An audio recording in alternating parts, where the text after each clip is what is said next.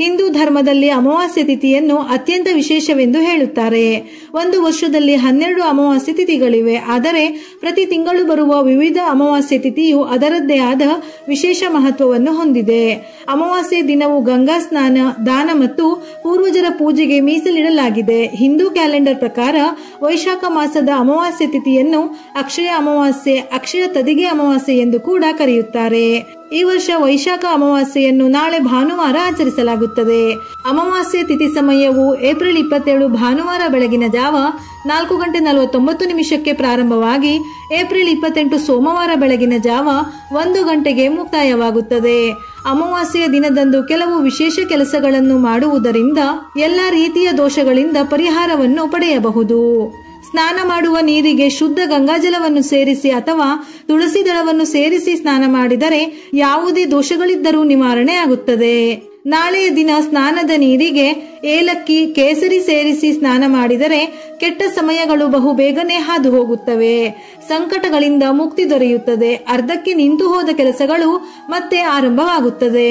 ಈ ದಿನ ಪೂಜೆ, ಜಪ, ತಪ ಮತ್ತು ದಾನವನ್ನು ಮಾಡಲಾಗುತ್ತದೆ. ಅಮಾವಾಸ್ಯೆ ತಿಥಿಯಂದು ಭಗವಾನ್ ವಿಷ್ಣುವನ್ನು ಪೂಜಿಸುವುದರಿಂದ ಪಿತೃದೋಷದಿಂದ ಮುಕ್ತಿ ದೊರೆಯುತ್ತದೆ ಎಂದು ಗರುಡ ಪುರಾಣದಲ್ಲಿ ಉಲ್ಲೇಖವಿದೆ. ಹಾಗೆಯೇ ಅಮಾವಾಸ್ಯೆ ತಿಥಿಯು ತಾಯಿ ಲಕ್ಷ್ಮಿಯ ಆರಾಧನೆಗೆ ಪ್ರಶಸ್ತವಾದ ದಿನವೆಂದು ಹೇಳುತ್ತಾರೆ. ಸಾಮಾನ್ಯ ದಿನಗಳಲ್ಲಿ ಮಾಡುವ ಪೂಜೆ ಪುನಸ್ಕಾರಗಳಿಗೆ ಸಿಗುವ ಫಲಕ್ಕಿಂತ ಅಮಾವಾಸ್ಯೆಯ ದಿನ ಲಕ್ಷ್ಮೀ ದೇವಿಯನ್ನು ಪೂಜಿಸಿದರೆ ದುಪ್ಪಟ್ಟು ಫಲಗಳ ಜೊತೆ ಸಕಲ ಸಂಪತ್ತುಗಳು ಪ್ರಾಪ್ತಿಯಾಗುತ್ತದೆ. ಅಮಾವಾಸ್ಯೆಯ ದಿನ ತಾಯಿ ಲಕ್ಷ್ಮೀ ಪೂಜೆ ಮಾಡುವುದು ತುಂಬಾ ಶ್ರೇಷ್ಠ. ಯಾರು ಈ ದಿನ ಶ್ರದ್ಧಾ ಭಕ್ತಿಯಿಂದ ಅಮಾವಾಸ್ಯೆ ಲಕ್ಷ್ಮೀ ಪೂಜೆ ಮಾಡುತ್ತಾರೋ ಅಂತವರಿಗೆ ತಾಯಿ ಲಕ್ಷ್ಮಿ ಅನುಗ್ರಹಿಸುತ್ತಾಳಂತೆ. ಸಂಜೆಯ ಸಮಯದಲ್ಲಿ ದೇವರ ಮನೆಯಲ್ಲಿ ಲಕ್ಷ್ಮೀ ದೇವಿಯನ್ನು ಪ್ರಾರ್ಥಿಸಿ 5 ಬತ್ತಿಗಳಿರುವ ತುಪ್ಪದ ದೀಪವನ್ನು ಬೆಳಗಿಸಿದರೆ ನಿಮ್ಮ ಕುಟುಂಬದಲ್ಲಿನ ಎಲ್ಲಾ ತೊಂದರೆಗಳು ದೂರವಾಗುತ್ತವೆ. ನಿಮ್ಮ ಮನೆಗೆ ಅಷ್ಟೈಶ್ವರ್ಯ ಸಿದ್ಧಿಸುತ್ತದೆ. ಮನೆ ಬಾಗಿಲಿನ ಮುಂದೆ ದೀಪಗಳನ್ನು ಹಚ್ಚಿದರೆ ನಿಮ್ಮ ಮನೆಯಲ್ಲಿ ಧನಲಕ್ಷ್ಮಿ ಬೆಳಗುತ್ತಾಳೆ. ಇದರಿಂದ ನಿಮ್ಮ ಮನೆಗೆ ಸಂಪತ್ತು ಲಭಿಸುತ್ತದೆ. ಅಮಾವಾಸ್ಯೆಯ ದಿನ ಲಕ್ಷ್ಮೀ ದೇವಿಯನ್ನು ಪೂಜಿಸುವುದರಿಂದ ನೀವು ಶಾಶ್ವತವಾಗಿ ಲಕ್ಷ್ಮಿಯ ಅನುಗ್ರಹ ಪಡೆದುಕೊಳ್ಳುವುದರ ಜೊತೆಗೆ ಶ್ರೀಮಂತರಾಗುತ್ತೀರಿ. ವೈಶಾಖ ಮಾಸದ ಅಮಾವಾಸ್ಯೆ ದಿನದಂದು ಅರಳಿ ಮರದ ಕೆಳಗೆ ಎಳ್ಳಿನ ಎಣ್ಣೆಯ ದೀಪವನ್ನು ಹಚ್ಚಿಡಬೇಕು. ಇದರೊಂದಿಗೆ ಅರಳಿ ಮರಕ್ಕೆ ಸುತ್ತಲೂ 11 ಅಥವಾ 21 ಬಾರಿ ಪ್ರದಕ್ಷಿಣೆಯನ್ನು ಹಾಕಿ. ಇದನ್ನು ಹೊರತುಪಡಿಸಿ ಶಾಸ್ತ್ರದ ಪ್ರಕಾರ ಎಳ್ಳನ್ನು ಸಾಸಿವೆ ಎಣ್ಣೆಯಲ್ಲಿ ನೆನೆಸಿ ದಕ್ಷಿಣ ದಿಕ್ಕಿನಲ್ಲಿ ಇರಿಸಿ. ಹೀಗೆ ಮಾಡುವುದರಿಂದ ಪಿತೃದೋಷದಿಂದ ಮುಕ್ತಿ ದೊರೆಯುತ್ತದೆ. ವೈಶಾಖ ಅಮಾವಾಸ್ಯೆಯ ದಿನದಂದು ಭಗವಾನ್ ನಾರಾಯಣನನ್ನು ಪೂಜಿಸುವ ಸಂಪ್ರದಾಯವಿದೆ. ಈ ದಿನದಂದು ನಾರಾಯಣನನ್ನು ಪೂಜಿಸುವುದರಿಂದ ವಿಷ್ಣುವಿನ ಆಶೀರ್ವಾದವು ಸಾಧಕನ ಮೇಲೆ ಯಾವಾಗಲೂ ಇರುತ್ತದೆ. ಈ ದಿನದ ಪೂಜೆಯ ಎಲ್ಲಾ ಪುಣ್ಯಗಳನ್ನು ನಿಮ್ಮ ಪೂರ್ವಜರಿಗೆ ಅರ್ಪಿಸಿ. ಹೀಗೆ ಮಾಡುವುದರಿಂದ ಪಿತೃಗಳ ಆತ್ಮಕ್ಕೆ ಶಾಂತಿ ಸಿಗುತ್ತದೆ ಹಾಗೂ ಅವರ ಆಶೀರ್ವಾದವನ್ನು ನೀವು ಪಡೆದುಕೊಳ್ಳುತ್ತೀರಿ. ಸಂಪತ್ತಿನ ಆಶೀರ್ವಾದವನ್ನು ಮತ್ತು ಹಣವನ್ನು ಪಡೆದುಕೊಳ್ಳುವುದಕ್ಕಾಗಿ ವೈಶಾಖ ಮಾಸದ ಅಮಾವಾಸ್ಯೆಯ ದಿನದಂದು ಕರ್ಪೂರ ಮತ್ತು ಅಗಸೆ ಬೀಜಗಳನ್ನು ಕೆಂಪು ಬಣ್ಣದ ಬಟ್ಟೆಯಲ್ಲಿ ಕಟ್ಟಿ ಯಾವುದಾದರೂ ಒಂದು ಪವಿತ್ರ ನದಿಯಲ್ಲಿ ತೇಲಿಬಿಡಿ. ನೀವು ಇದನ್ನು ಮಾಡುವುದರಿಂದ ಹಣಕ್ಕೆ ಸಂಬಂಧಿಸಿದ ಸಮಸ್ಯೆಗಳಿಂದ ಪರಿಹಾರವನ್ನು ಪಡೆದುಕೊಳ್ಳುತ್ತೀರಿ. ವೈಶಾಖ ಮಾಸದ ಅಮಾವಾಸ್ಯೆಯ ದಿನದಂದು ಕರ್ಪೂರ, ಬೇವಿನ ಎಲೆ ಮತ್ತು ಅರಳಿ ಎಲೆಯನ್ನು ಒಟ್ಟಿಗೆ ರುಬ್ಬಿಕೊಳ್ಳಿ. ಅದರ ನಂತರ ರುಬ್ಬಿರುವುದನ್ನು ಕಪ್ಪು ಬಟ್ಟೆಯಲ್ಲಿ ಕಟ್ಟಿ ಯಾವ ವ್ಯಕ್ತಿ ದೃಷ್ಟಿದೋಷಕ್ಕೆ ಒಳಗಾಗಿರುತ್ತಾರೋ ಅವರ ತಲೆಯ ಮೇಲೆ 3 ಬಾರಿ ತಿರುಗಿಸಿ ನಂತರ ಅದನ್ನು ಮನೆಯಿಂದ ದೂರವಿರುವ ಅರಳಿ ಮರದ ಕೆಳಗೆ ಸುಟ್ಟು ಹಾಕಿ. ಹೀಗೆ ಮಾಡುವುದರಿಂದ ದುಷ್ಟ ಕಣ್ಣಿನಿಂದ ನೀವು ಮುಕ್ತಿಯನ್ನು ಪಡೆದುಕೊಳ್ಳಬಹುದು.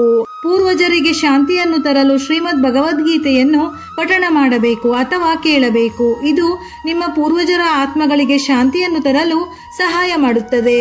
ಅರಳಿ ಮರದ ಮೂಲದಲ್ಲಿ ಭಗವಾನ್ ವಿಷ್ಣು, ಕಾಂಡದಲ್ಲಿ ಶಿವನು ಮತ್ತು ಅಗ್ರಭಾಗದಲ್ಲಿ ಬ್ರಹ್ಮದೇವನು ನೆಲೆಸಿದ್ದಾರೆಂದು ಹೇಳುತ್ತಾರೆ. ಹಾಗಾಗಿ ಈ ದಿನ ಅರಳಿ ಮರವನ್ನು ಪೂಜಿಸುವುದರಿಂದ ಅದೃಷ್ಟ ಒಲಿಯುತ್ತದೆ. ಈ ದಿನ ಅರಳಿ ಮರಕ್ಕೆ ನೀರನ್ನು ಅರ್ಪಿಸಿ ತುಪ್ಪದ ದೀಪವನ್ನು ಹಚ್ಚಬೇಕು. ದೀಪಕ್ಕೆ ಸ್ವಲ್ಪ ಅರಿಶಿನ ಕುಂಕುಮವನ್ನು ಸೇರಿಸಿ ದೀಪವನ್ನು ಬೆಳಗಿ. ಸದಾ ಭಕ್ತಿಯಿಂದ ಪ್ರದಕ್ಷಿಣೆ ಹಾಕಿದರೆ ಪಿತೃದೋಷದಿಂದ ಯಾವುದಾದರೂ ಕೆಲಸಗಳು ಅರ್ಧಕ್ಕೆ ನಿಂತಿದ್ದರೆ, ಅಂದರೆ ಸಂತಾನದ ವಿಳಂಬ, ಮದುವೆಯ ಸಮಸ್ಯೆಗಳು ಸಂಪೂರ್ಣವಾಗಿ ನಿವಾರಣೆಯಾಗಿ ಪಿತೃಗಳ ಆತ್ಮಕ್ಕೆ ಶಾಂತಿ ಸಿಗುತ್ತದೆ. ವೈಶಾಖ ಅಮಾವಾಸ್ಯೆಯಂದು ಸಂಜೆ ಪೂರ್ವಜರಿಗೆ ದೀಪ ಹಚ್ಚುವುದು ಶುಭವೆಂದು ಹೇಳುತ್ತಾರೆ. ದೀಪ ಹಚ್ಚಲು ಮಣ್ಣಿನ ದೀಪ ಅತ್ಯಂತ ಮಂಗಳಕರ. ಮಣ್ಣಿನ ದೀಪ ಲಭ್ಯವಿಲ್ಲದಿದ್ದರೆ ನೀವು ಬೇರೆ ಯಾವುದೇ ಲೋಹದಿಂದ ಮಾಡಿದ ದೀಪವನ್ನು ಸಹ ಬಳಸಬಹುದು. ದೀಪದಲ್ಲಿ ಸಾಸಿವೆ ಎಣ್ಣೆ ಅಥವಾ ಎಳ್ಳಿನ ಎಣ್ಣೆಯನ್ನು ಬಳಸಬೇಕು. ಮೊದಲು ಹತ್ತಿಯ ಬತ್ತಿಯನ್ನು ಮಾಡಿ ಎಣ್ಣೆಯಲ್ಲಿ ಅದ್ದಿ ನಂತರ ದೀಪವನ್ನು ಹಚ್ಚಿ. ದೀಪವನ್ನು ದಕ್ಷಿಣ ದಿಕ್ಕಿನಲ್ಲಿ ಹಚ್ಚಬೇಕು. ದೀಪ ಹಚ್ಚುವಾಗ ನಿಮ್ಮ ಪೂರ್ವಜರನ್ನು ಧ್ಯಾನಿಸಿ ಅವರ ಶಾಂತಿ ಮತ್ತು ಮೋಕ್ಷಕ್ಕಾಗಿ ಪ್ರಾರ್ಥಿಸಿ. ಅಮಾವಾಸ್ಯೆಯಂದು ತುಳಸಿಗೆ ನೀರನ್ನು ಅರ್ಪಿಸುವುದು ಶುಭವಲ್ಲವೆಂದು ಹೇಳುತ್ತಾರೆ. ಹಾಗೆಯೇ ಅಮಾವಾಸ್ಯೆಯಂದು ತುಳಸಿ ಎಲೆಗಳನ್ನು ಕೀಳುವುದು ಸಹ ಅಶುಭವೆಂದು ಹೇಳುತ್ತಾರೆ. ಆದರೂ ಈ ದಿನ ಲಕ್ಷ್ಮಿಯ ಪ್ರತಿರೂಪವಾಗಿರುವ ತುಳಸಿ ಗಿಡದ ಮುಂದೆ ತುಪ್ಪದ ದೀಪವನ್ನು ಬೆಳಗಿಸಿ 7 ಅಥವಾ 11 ಬಾರಿ ಪ್ರದಕ್ಷಿಣೆ ಹಾಕಿ. ಇದರಿಂದ ಲಕ್ಷ್ಮೀ ದೇವಿಯ ಆಶೀರ್ವಾದ ಪಡೆಯಬಹುದು. ವೈಶಾಖ ಅಮಾವಾಸ್ಯೆಯಂದು ಮನೆಯಲ್ಲಿ ಲಕ್ಷ್ಮೀ ದೇವಿಯನ್ನು ಪ್ರಾರ್ಥಿಸಿ ತುಪ್ಪದ ದೀಪವನ್ನು ಹಚ್ಚಿ ದೀಪಕ್ಕೆ ಲವಂಗವನ್ನು ಹಾಕಿ ತುಪ್ಪದ ದೀಪವನ್ನು ಬೆಳಗಿಸಿ. ಈ ದಿನ ಆಹಾರ, ಧಾನ್ಯ, ಕಪ್ಪು ಎಳ್ಳು, ನೀರು ತುಂಬಿದ ಮಣ್ಣಿನ ಮಡಿಕೆಗಳನ್ನು ದಾನ ಮಾಡಿದರೆ ತುಂಬಾ ಶ್ರೇಷ್ಠ. ವೈಶಾಖ ಅಮಾವಾಸ್ಯೆಯ ಶುಭ ಸಂದರ್ಭದಲ್ಲಿ ಹಸುವಿನ ಸೇವೆಯನ್ನು ಮನಪೂರ್ವಕವಾಗಿ ಮಾಡಬೇಕು. ಈ ದಿನ ಹಸುವಿಗೆ ಹಸಿರು ಮೇವನ್ನು ತಿನ್ನಲು ನೀಡಬೇಕು. ಜೊತೆಗೆ ಬೆಲ್ಲ ಹಾಗೂ ಕಾಳುಗಳನ್ನು ತಿನ್ನಿಸಬೇಕು. ಹಿಂದೂ ಧರ್ಮದಲ್ಲಿ ಹಸುವನ್ನು ತಾಯಿಯಂತೆ ನೋಡುತ್ತಾರೆ. ಅಮಾವಾಸ್ಯೆಯಂದು ಗೋಮಾತೆಯ ಸೇವೆ ಮಾಡುವುದರಿಂದ ಪರಮ ಪುಣ್ಯ ಪ್ರಾಪ್ತಿಯಾಗುತ್ತದೆ. ವಿಡಿಯೋ ಇಷ್ಟ ಆಗಿದ್ದಲ್ಲಿ ಮರೆಯದೆ ಲೈಕ್ ಕೊಟ್ಟು ನಿಮ್ಮವರಿಗೆ ಶೇರ್ ಮಾಡಿ. ಉಪಯುಕ್ತ ಮಾಹಿತಿಯೊಂದಿಗೆ ಮತ್ತೆ ಭೇಟಿಯಾಗೋಣ.